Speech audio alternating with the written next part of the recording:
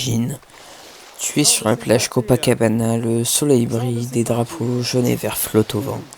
Devant toi, un enfant en maillot de la Seleção jongle pieds nus, comme si le ballon était une extension de lui-même. Ici, au Brésil, le football n'est pas juste un sport, c'est une façon de vivre, de respirer, d'espérer. Le foot est arrivé au Brésil à la fin du 19e siècle, importé par Charles Miller, un jeune Brésilien d'origine anglaise. Ce sport a rapidement trouvé un terreau fertile, un pays immense, passionné de jeux collectifs et avide d'une nouvelle façon de s'exprimer. En quelques décennies, il est devenu la colonne vertébrale culturelle du pays.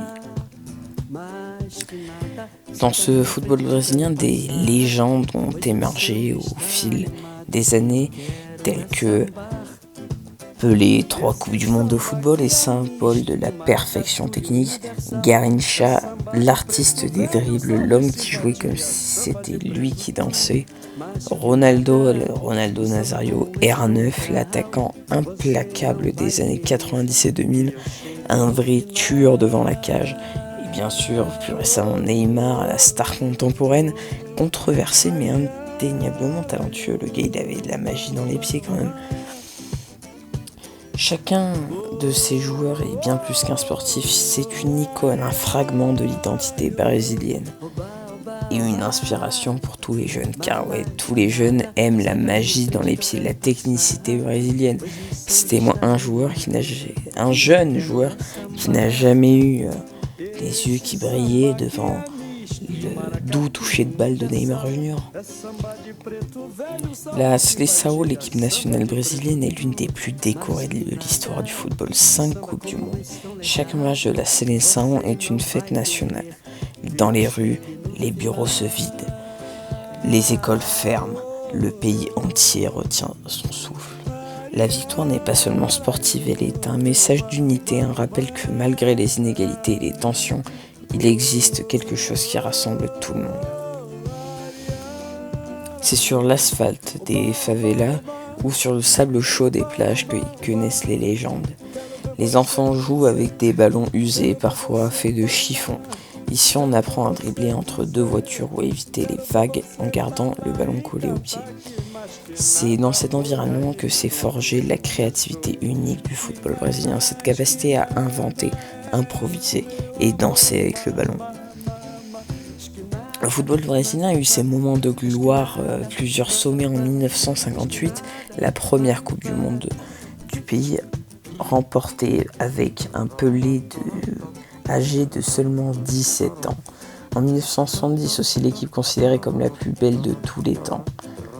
2002, le retour sur le toit du monde avec Ronaldo et Rivaldo. Mais il y a aussi eu des traumatismes avec le Maracanazo de 1950, la défaite à domicile contre l'Uruguay. Mais aussi le plus récent traumatisme de 2014, 7-1 subi à domicile en demi-finale de Coupe du Monde devant le pays en larmes. D'ailleurs, pour l'anecdote, match qui va susciter 2 suicides dans les supporters brésiliens. Voilà, c'est pour donner une idée de la ferveur qu'il y a autour, même si là, c'est beaucoup exagéré.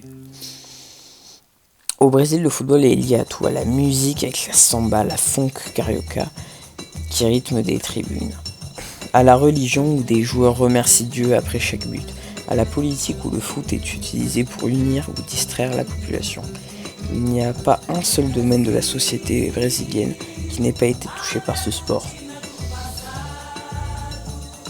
Le football brésilien, c'est plus qu'un jeu, c'est une histoire d'amour, parfois passionnelle, parfois douloureuse, mais éternelle.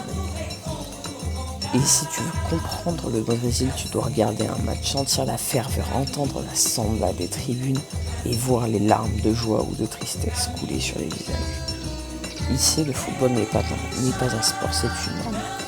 Et si tu veux ressentir tout ça, cette ferveur, cette envie pour le football chez les jeunes, je te conseille le film sur Pelé.